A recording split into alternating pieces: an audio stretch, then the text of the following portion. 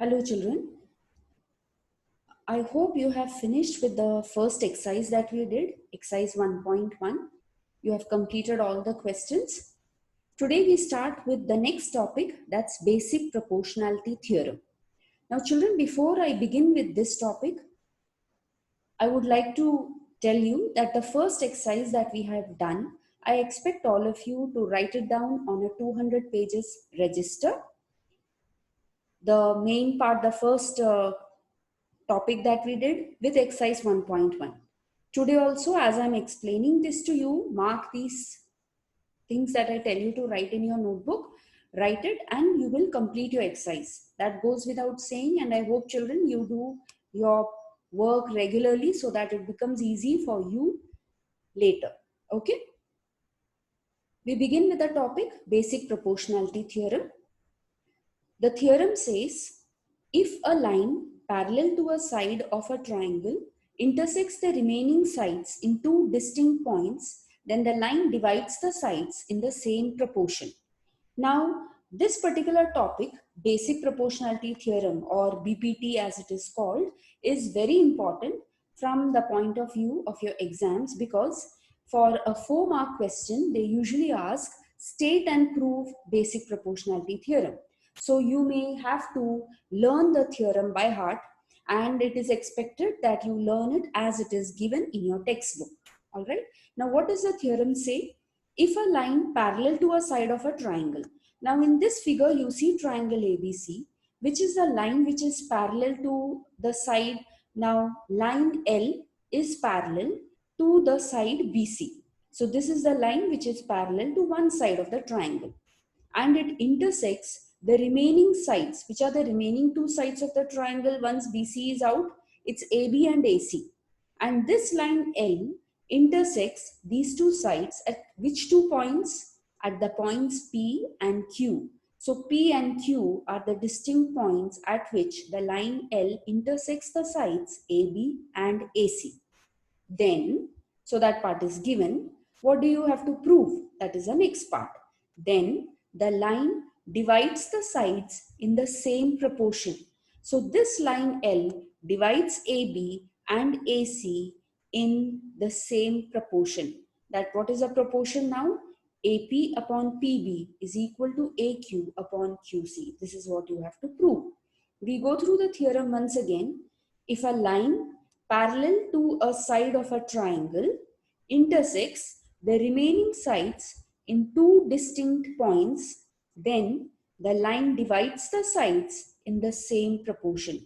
So you don't even have to by heart the theorem if you have understood it properly. You have a triangle ABC. There's a line L which is parallel to one side of the triangle, that is BC. Now if this line L is parallel to BC, and this line L intersects the other two sides, that is AB and AC, at two distinct points, in this case it's P and Q, then the line divides the sides in the same proportion, that is AP upon PB equal to AQ upon QC. So this is your theorem. Okay, I hope the theorem is clear to you. You need to understand it and then learn it. So don't just by heart, understand and learn. Okay, now coming to the given part of it. What is given in your theorem? You have a triangle ABC. Line L is parallel to BC. The line L intersects AB and AC at the points P and Q respectively. This is what is given. Okay. What must you prove? AP upon PB equal to AQ upon QC. This is what is to be proved. Now what do we do for construction? Draw segment PC and segment BQ. This is your construction. Now how do we prove it? We come to the proof.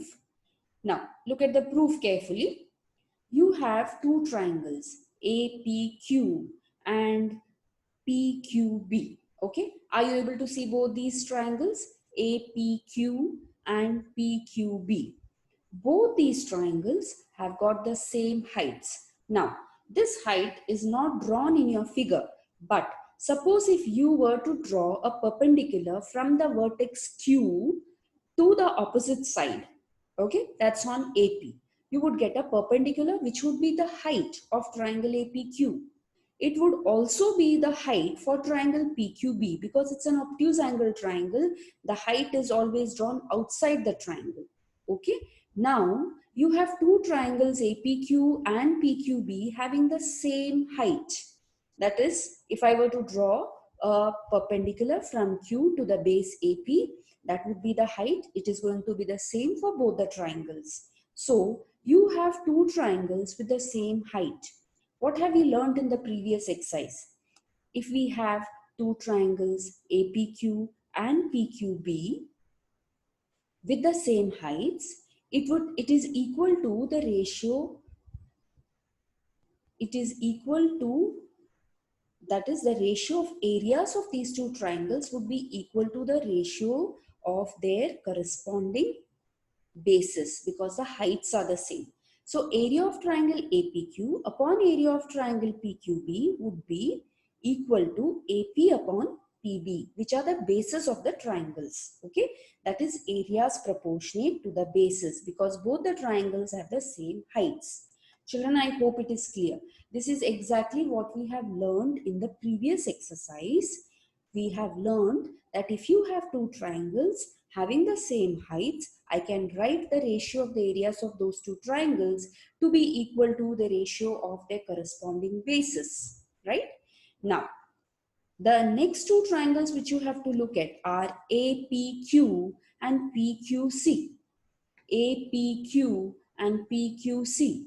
Both these triangles also have the same height. If I were to drop a perpendicular from the vertex P to the base AQ, that would be the height for both these triangles. Again, these are two triangles with the same height, and therefore area of triangle APQ upon area of triangle PQC is equal to AQ upon QC, because they are areas proportionate to the bases. They have the same heights, and therefore it is equal to the basis, ratio of the basis, AQ upon QC. Okay. Now, you mark the first equation as 1, the second as 2. Now, let us look at both these equations 1 and 2. Segment PQ is a common base for triangle PQB and PQC. Now, what they are trying to say is, look at the triangles PQB and the triangle PQC. Carefully pay attention here, children. Look at the triangle PQB and PQC. Do you agree that both these triangles are lying between two parallel lines? Yes. Line L, we said, is parallel to BC. It is given to you in the theorem. So both these triangles are lying between the same two parallel lines. That means they have the same heights. Okay. Now, when I look at the left hand side of equations 1 and 2, that is, I have area of triangle APQ upon area of triangle PQB. The second equation, area of triangle APQ upon area of triangle PQC. Now, when I look at the left hand side, I have the numerators APQ and APQ, which are similar. When I look at the denominators, I have triangle PQB and triangle PQC. Both these triangles have the same base PQ and they have the same height, because they lie between two parallel lines, and therefore both those triangles have the same areas. That means area of triangle PQB is equal to area of triangle PQC. Now look at the left hand side once again. Don't you think the left hand side is equal? Yes, because APQ, we are referring to the same triangle APQ in the numerators, and the denominators, though the triangles are different, the areas are the same, because they lie between this parallel line, so having the same height and the same base. Okay, therefore area of triangle PQB equal to area of triangle PQC. From this, what do we get? Since the left hand sides are equal, I can equate the right hand sides, and hence I get AP upon PB is equal to AQ upon QC. This is how I prove basic proportionality theorem. Okay, so that is how I finish with basic proportionality theorem. Now let's make a quick revision of what we have learned. Basic proportionality theorem. The theorem says, if a line parallel to a side of a triangle intersects the remaining sides in two distinct points, then the line divides the sides in the same proportion. Okay. So given in triangle ABC, the line L is parallel to BC. Line L intersects sides AB and AC at points P and Q respectively. You have to prove AP upon PB equal to AQ upon QC. Construction, join BQ and PC. Now, how did we prove? We took the first two sets of triangles APQ and PQB. We found out the ratio of their areas. We wrote it as equal to AP upon PB because they have the same heights. We took the second set of triangle APQ and PQC. Again, since both the triangles have the same height, we wrote area of triangle APQ upon PQC as AQ upon QC. Now go to the left hand side. The numerators are one and the same. The denominators PQB and PQC, since they lie between the two parallel lines and their bases are the same, their areas are also equal. From there, we conclude that since LHS is equal, the RHS also will be equal. Therefore, we conclude AP upon PB equal to AQ upon QC. Okay. Children, I hope BPT is clear. It's very important because this forms the basis for so many application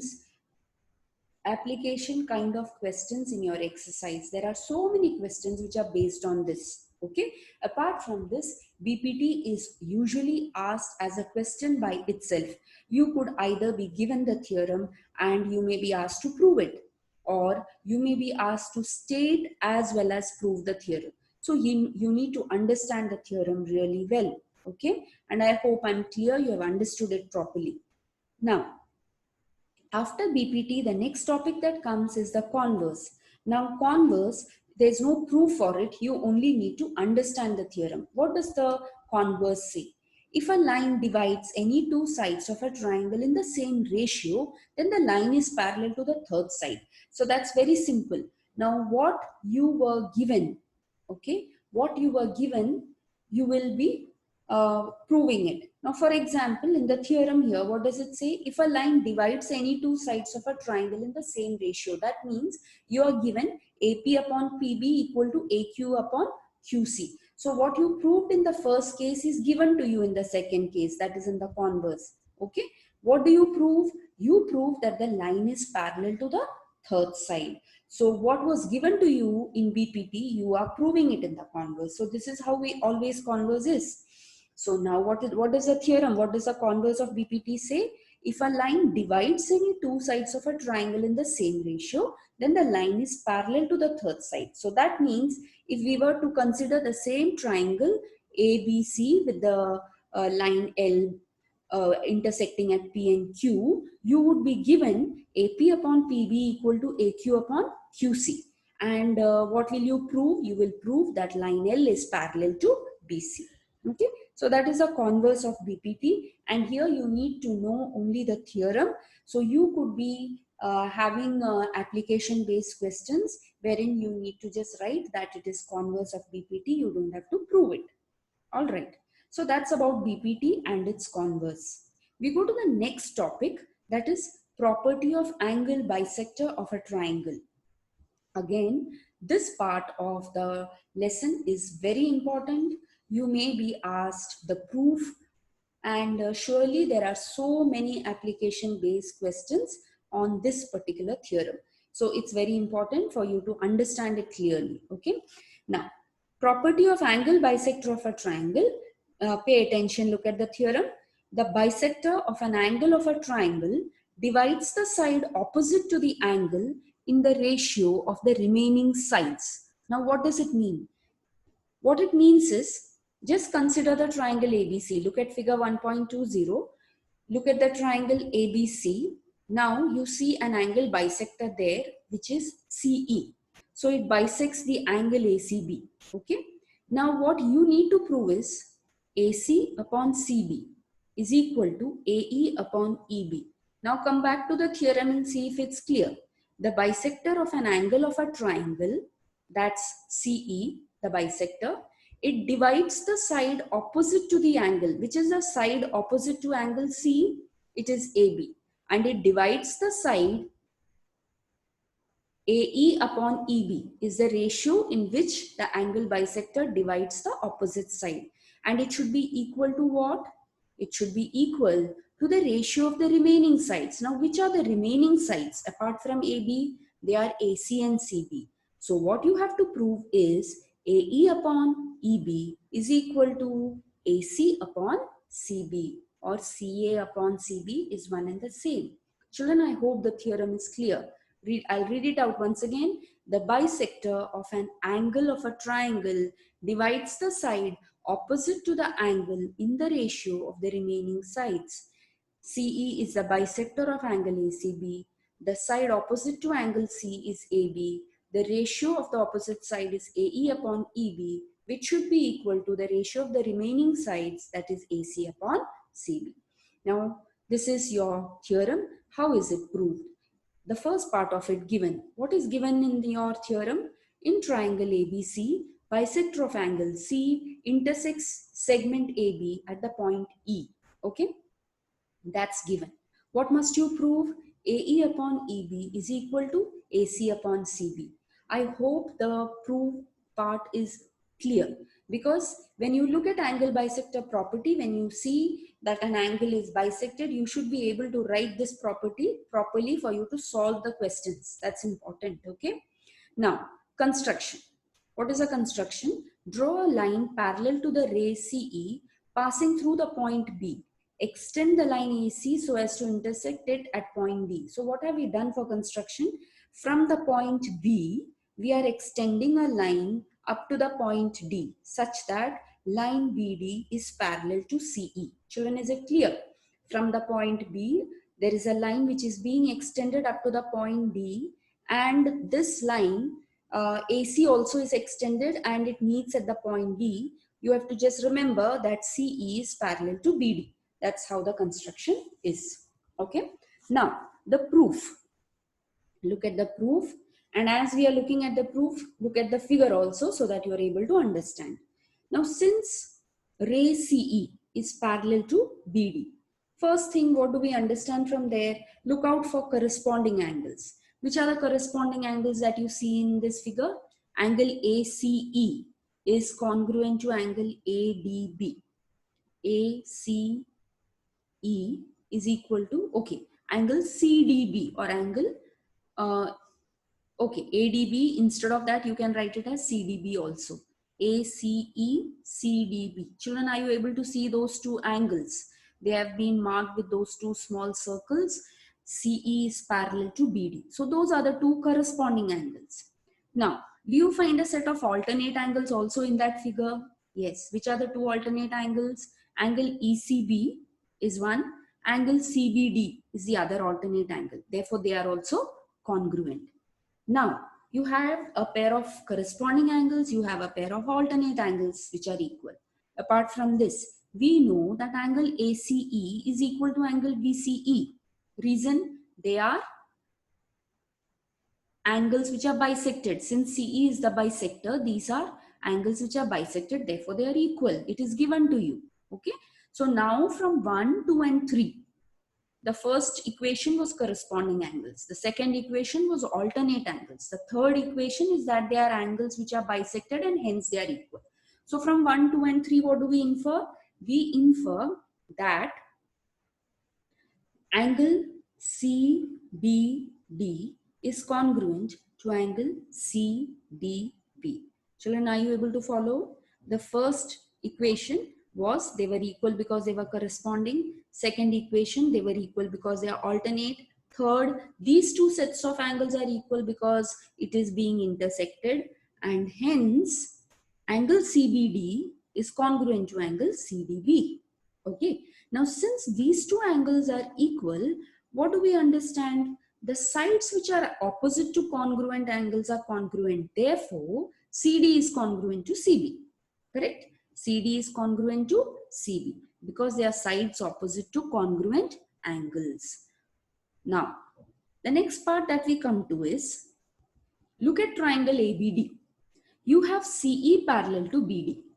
Now, which property will you apply now? BPT. When you apply BPT, what do I get? I get AC upon CD is equal to AE upon EB. Okay. AC upon CD is equal to AE upon EB. All right. Now, instead of saying AC upon CD, can I also write AC upon CB? Yes. What's the reason? We just now proved there are sides which are congruent because of they are sides opposite to congruent angles. Instead of CD, I can also write it as CB because according to equation 4, CB equal to CD. So how does my BPT equation change? It becomes AE upon EB is equal to AC upon CB, which is actually the angle bisector property. So I get AE upon EB equal to AC upon CB. Okay, this is how I prove it. Children, I hope it's clear to you. Yeah, I'll explain to you quickly once again. The theorem says the bisector of an angle of a triangle divides the side opposite to the angle in the ratio of the remaining sides. So you are given triangle ABC wherein the bisector of angle C divides the opposite side AE upon EB. It should be equal to the ratio of the remaining sides AC upon CB. For construction, we draw a line from the vertex B up to the point D such that CE is parallel to BD. AC is extended to meet this point D. Now, when you look at these two parallel lines, look out for corresponding angles first. Angle ACE is equal to angle CDB, they are corresponding angles. Look out for alternate angles. Angle ECB is congruent to angle CBD. They are alternate angles. When you look at equations 1 and 2, angle CDB, okay, is equal to CDB. You have angle, yeah. Now you have the third equation wherein since CE is the angle bisector, you have angle ACE equal to angle BCE. That is equation number 3. Okay. Now since you have these two angles equal, that is ACE equal to angle BCE, I get from equations 1, 2 and 3 angle CBD equal to angle CDB. So since both these angles are congruent, the sides opposite to them become congruent and therefore CD congruent to CB. Okay. Now, since CD congruent to CB, now you will consider this triangle ABD, apply BPT. When you apply BPT, you have AE upon EB equal to AC upon CD. And instead of writing AC upon CD from equation 4, I will write it as AC upon CB. Therefore, AC upon CB equal to AE upon EB, and that's how I get my angle bisector property. So this is how it is to be proved. Okay, I hope it's clear, children. After the lesson is over, you will go through all these theorems once again and see whether it is clear, whether you all have understood it properly. Okay. Now there's one more theorem that you need to learn here, which is property of three parallel lines and their transversals. Now here you have three parallel lines which are drawn, that is L, M, N. There are two transversals which are drawn across it, that is T1 and T2. Now there are intercepts which are being made because of these transversals. What are they? AB and BC. And with the transversal T2, it is PQ and QR. Okay. What does the theorem say? The ratio of the intercepts made on a transversal by three parallel lines is equal to the ratio of the corresponding intercepts made on any other transversal by the same parallel lines, which means what you need to prove is AB upon BC equal to PQ upon QR. Okay. Now what is given? You have line L parallel to line M parallel to line N. T1 and T2 are the transversals. The transversal T1 intersects the lines at the points A, B and C. T2 intersects the lines at points P, Q and R. This is what is given. What do I have to prove? AB upon BC equal to PQ upon QR. The proof is very simple. What you need to do is join P to C. Okay. So this line PC intersects BQ at the point D. Now what you will do is you will consider triangles separately. Which are the two triangles you will consider? First, ACP. When I consider ACP, BD is a line which is parallel to AP. Use BPT, what do I get? AB upon BC is equal to PD upon DC. Okay, AB upon BC equal to PD upon DC using BPT. Children, remember, whenever you use BPT, if you're starting from, like, let's example, take this figure. If I say AB upon BC, start simultaneously on the other side from PD upon BC. Don't say AB upon BC is equal to CD upon BP, okay? Because if you start from the vertex, suppose let's say C. If I say CB upon BA, then say CD upon BP. But if you're saying AB upon BC, say PD upon DC. Children, I hope I'm clear. Okay. Now, same way, consider the next set of, the next triangle. Which one? Take CPR. Now you have DQ parallel to CR. Use BPT. So what do I get? PD upon DC is equal to PQ upon QR. Correct. Now compare equations 1 and 2. Do you find PD upon DC is common for both? Yes. So since it is common, what do I infer from 1 and 2? AB upon BC is equal to PD upon DC equal to PQ upon QR. PD upon DC being common, you can remove that and you get AB upon BC equal to PQ upon QR.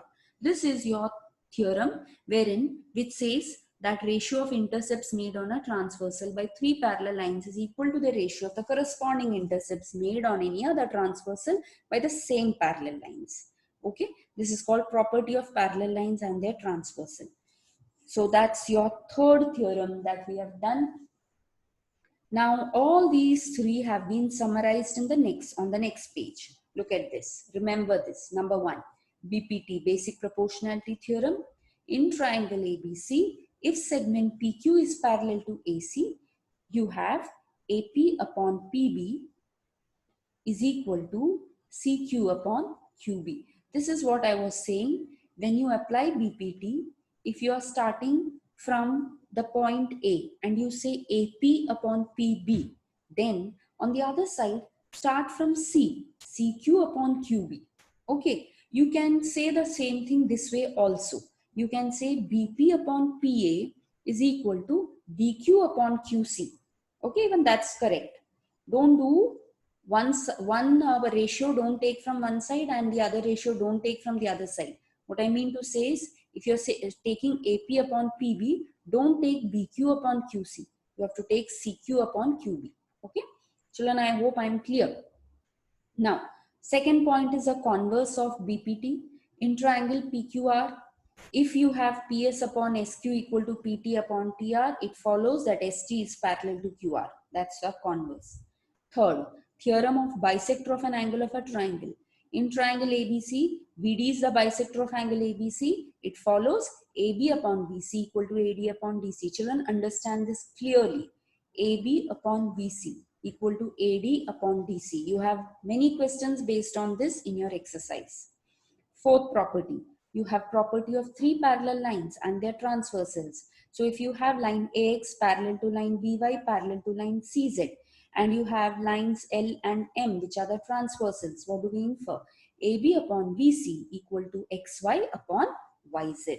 Okay, so basically before you do this exercise, you have to be clear with these four things. What is BPT? You need to know how to prove it properly. You need to know what it is. Second, converse of BPT, you should know how to apply. Third, angle bisector property, you need to know the proof as well as how to apply. Number 4, property of three parallel lines and their transversals. Very important. Okay. So if you know these things clearly, you will surely be able to do the exercise. Now, there are solved examples here. I'm not doing these solved examples. These are for you to try out, but don't ignore it. Don't neglect. Solve all of them. You will be able to do it easily. Now, exercise 1.2, we'll do it in the next video, okay? So what you need to do now is, you will learn these theorems, you will understand them properly, and then you can try solving them. In the next video, I'll solve these sums. So wherever you have a difficulty, wherever there is a problem, you will be able to understand and do it properly. Okay. Thank you, children.